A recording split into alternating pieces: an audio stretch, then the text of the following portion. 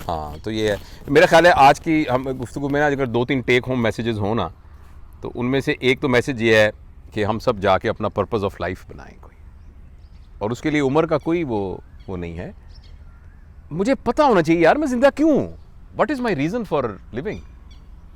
और जिसमें कहते ना कि आज आप जब आप रात को सोए थे सर, तो आप हैरान होंगे जो कैलकुलेशन के अंदर 30 लाख बंदा रात को सोया था, 13 लाख बंदा जो अब नहीं उठा। आज दुनिया में इतने लोग तकरीबन रोज़ मरते हैं, और इससे 6 गुना ऐसे लोग थे कि उनका फर्स्ट रिलेशन उनके साथ सोया था, सुबह नहीं उठा, या अब्बू थे, अम्मी थे, बहन था, बेटा था।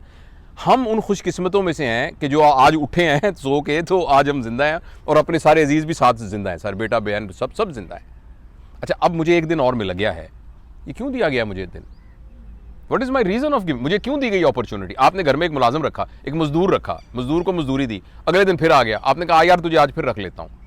तो आखिर उसको क्यों रखा है आपने? शाम को पैसे देने हैं तो क्यों रखा है? तो अल्लाह मियां ने मुझे क्यों जिंदा रखा है जी आज के दिन? तो इसका एक सवाल अपने आप से पूछने की ज़रूरत है ना। और इसी का नाम पर्पस ऑफ लाइफ है। मैं क्यों जिंदा हूँ आज, मैं क्यों जिंदा हूँ, मैं मर क्यों नहीं गया रात को?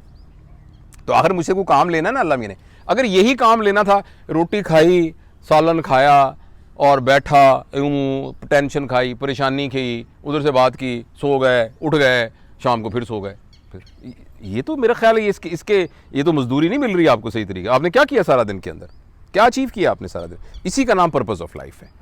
तो एक तो हम इसको डिसाइड करें मेरे ख्याल के अंदर, टेक होम, और आप करते भी होंगे पहले, खुदा ना खास्ता, मैं बिल्कुल मेरा कोई दावा नहीं है किसी किस्म का।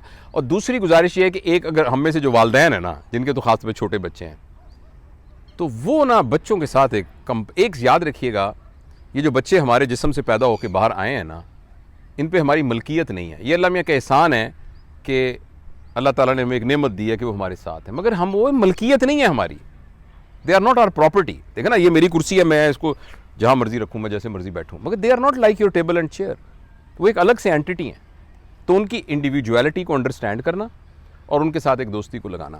तो आप भी घर जाके ना बच्चों के साथ तय करके दोस्ती लगाएं, और इसमें कोई हर्ज नहीं होता कि बच्चों को कहें यार अब तक ना अगर मैंने तुम्हारे साथ कुछ ज़्यादती की है तो तुम यार मुझे माफ़ कर देना, और अब से हम इंशाल्लाह we will be friend from today now. और लेकिन उसको साबित भी करना है, ये ना हो कि अगले दिन फिर मतलब कह तो दिया होगा अब्बा मैं झूठ बोल रहा है। तो ये है। तो बहुत बहुत शुक्रिया आपके आने का। अब इंशाल्लाह अभी हमने पेरेंटिंग की एक वर्कशॉप करनी थी, वो एक फॉर्मल वर्कशॉप होगी। तो वो अगर आप इंटरेस्टेड हों उसके अंदर, तो वो हमारी बाजी है, ये छोटी बाजी। तो बाजियाँ जितनी भी होती हैं वो छोटी भी हों तो बड़ी ही होती हैं। तो ये आपके साथ वो तय कर लेगी, अब्दुल्ला है साथ। तो वो चूँकि उसके कुछ लॉजिस्टिक्स इन्वॉल्व होते हैं उसके अंदर, और उसका कोई सर्टिफिकेट भी होगा, और वो हो सकता है 2 दिन का हो, क्योंकि उसके वो बुनियादी तौर पे बेसिक प्रिंसिपल ऑफ पेरेंटिंग जो है ना वो क्या है वो हम डिस्कस करेंगे।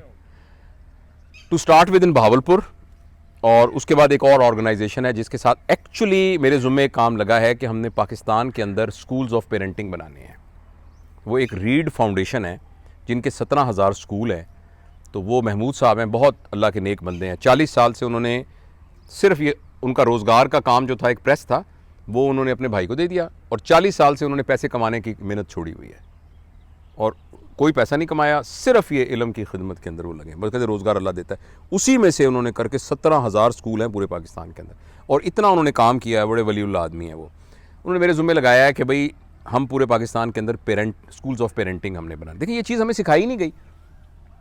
एक आपने साइकिल ख़रीदा है, आपने अपने बच्चे को दिया साइकिल, और आपको पता ही नहीं है कि आपके बेटे को साइकिल चलाना भी आता है कि नहीं आता, तो आप साइकिल नहीं देंगे उसको जब तक वो साइकिल की ट्रेन होगा। लेकिन एक बंदे की आपने शादी कर दी है, उनके 4 बच्चे हो गए, हमने उनको सिखाया ही नहीं कि माँ बाप बनना कैसे है। और वो एक अजीब सी मखलूक पैदा करके माशरे में दे रहे हैं, जो आप कहानियाँ सुना रहे हैं सारी। तो उनका ये ख्याल है कि हमें स्कूल ऑफ पेरेंटिंग, मेरा ज़ाती ये ख्याल था, कुछ थोड़ी मेरी रसाई भी है ऊपर तक, मैं उस पर कुछ कोशिश कर रहा हूँ कि किसी तरीके से हम अपने मैट्रिक के कोर्स में, ख़ास तौर पे लड़कियों के कोर्स के कैरिकुलम के अंदर 9वीं 10वीं जमात के बाद पेरेंटिंग के मॉड्यूल्स डालना शुरू कर दें, और FA FSC के अंदर तो बाकायदा पेरेंटिंग को पढ़ाया जाए। और उसके साथ ये है कि उनका ये ख्याल है कि स्कूल ऑफ पेरेंटिंग बनाए जाएँ। एक तो फुल टाइम किसी ने कोर्स करना हो वो, एक ये कि हफ्ते में 2 दिन का एक वर्कशॉप हो जिसमें लोग इनरोल हो जाएं 6 महीने के कोर्स में, जिसमें हफ्ते में 2 दिन आए सिर्फ, और आके वो करें। तो उसके कुछ कैरिकुलम वगैरह पर भी कुछ काम करने की हम कोशिश कर रहे हैं। लेकिन इन द मीन टाइम मैं पायलट प्रोजेक्ट के तौर पर भावलपुर में कुछ वर्कशॉप्स इंशाल्लाह करना चाहता हूँ, और फिर पाकिस्तान के मुख्तलिफ, कराची में मैंने एक की थी, that was very successful actually. उसकी थोड़ी सी सब्सक्रिप्शन ज़रूर होगी क्योंकि वो बेसिकली उसके लिए लॉजिस्टिक्स इन्वॉल्व होंगे, एक वो हम करना चाहते हैं। दूसरा बेसिकली बैलेंस लाइफ के ऊपर वर्कशॉप्स जो हैं वो हम शुरू करना चाहते हैं। बुनियादी तौर पर बैलेंस लाइफ होती क्या है उसके ऊपर वर्कशॉप हम करना चाहते हैं। इसके अलावा एंगर मैनेजमेंट एक जो हमारी थर्ड डायमेंशन थी, उसके ऊपर हमारी एक डिज़ाइंड वर्कशॉप है जो हम बहुत जगह पे करा भी चुके हैं, तो वो भी मैं करना चाहता हूँ इंशाल्लाह। तो वो हमारी ये सोशल मीडिया के ऊपर ये तमाम चीज़ें डिस्प्ले हो जाएंगी, तो अगर आप उसमें शिरकत करना चाहें, और मैं ये कोशिश करूँगा कि जो भी कुछ करूँ इस सारे को मैं फिर free of the cost YouTube या उस पर भी डाल दूँ। जैसे अब ये गुफ्तगू है ना सारी, तो फ्री ऑफ द कॉस्ट उसके ऊपर भी डाल दूँ। लेकिन एक वो मेरा तजुर्बा ये है कि जब तक आदमी खुद चल के ना आए, खुद उसके लिए कुछ खर्च ना करे, कुछ उतना वो तो उतना इफ़ेक्टिव होता नहीं है। तो बहरहाल ये हमारी कोशिश है। वैल्यू नहीं करते उसको फॉर ग्रांटेड। हाँ बस